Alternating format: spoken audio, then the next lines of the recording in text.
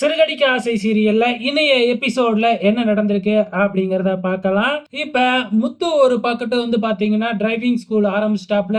இங்க மீனாவுக்கு பாத்தீங்கன்னா பூக்கடைக்கு ஒரு கம்பெனியை ஆரம்பிச்சு கொடுத்துட்டாப்ல. அது மட்டும் இல்ல, எல்லா ஃபைலையும் அப்ளை பண்ணி ஜிஎஸ்டி இருந்து எல்லாமே பாத்தீங்கன்னா முறைப்படி செஞ்சுக்கிட்டு இருக்கிறாப்ல. இதெல்லாம் பாக்குற ரோகிணி மனோஜ தனியா கூப்பிட்டுக்கிட்டு போய் முத்து படிக்கவே இல்லை, ஆனா பாரு அவன் எல்லாத்தையுமே ரெஜிஸ்டர் பண்ணி பக்காவா கொண்டு போய்கிட்டு இருக்கான், ஆனா நீ என்னடானா ஜிஎஸ்டி கட்டவே மறந்துட்ட அப்படின்னு மனோஜா வாரு வாருன்னு வாடுறாங்க ரோகிணி. இந்த பக்கம் நம்ம சீதா பாத்தீங்கன்னா ஒரு ஸ்கூட்டி எடுத்து ஓட்டிக்கிட்டு வராங்க. அப்ப டிராபிக் போலீஸ் தான் வழிமறைச்சு எங்க ஹெல்மெட்டு அப்படின்னு சொல்லி கேக்குறாங்க.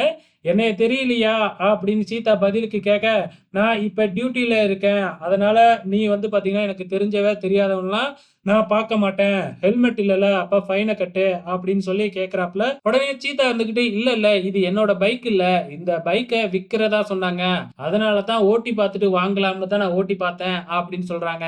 அதெல்லாம் எனக்கு தெரியாது, லைசன்ஸ் இல்லாம ஓட்டுறது தப்பு, ஹெல்மெட் இல்லாம ஓட்டுறது தப்பு, அதுக்கான ஃபைனை கட்டிட்டு தான் போகணும் அப்படின்னு ஸ்ட்ரிக்டா இருக்கிறாங்க. சீதாவுக்கு பயங்கரமா கோபம். இப்ப என்ன உங்ககிட்ட காசு இல்லையா, நானே கட்டிடுறேன் அப்படின்னு அந்த டிராபிக் போலீஸே காசு போட்டு கட்ட போறாப்ல.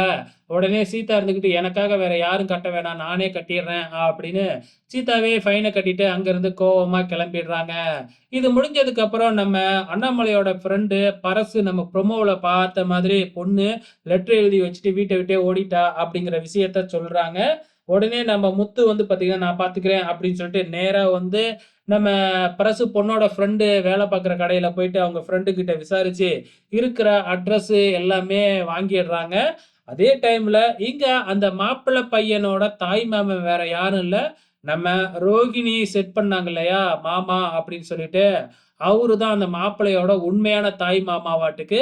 ஸோ அவரும் பாத்தீங்கன்னா அந்த பொண்ணை பார்த்து பேசி சேர்த்து வச்சிடலாம் அப்படின்னு அங்க ஒரு பக்கம் பேசிக்கிட்டு இருக்கிறாங்க. இந்த பக்கம் பாத்தீங்கன்னா நம்ம முத்து போயிட்டு பொண்ணை பார்த்துட்டு இங்க பரசு கிட்ட பேசிக்கிட்டு இருக்காங்க. ஸோ அப்கமிங்ல பாத்தீங்கன்னா நம்ம ரோகிணியோட மாமாவை முத்து பார்க்க போறாரா பார்க்க மாட்டாரா அப்படிங்கிறத பொறுத்திருந்து பார்க்கலாம்.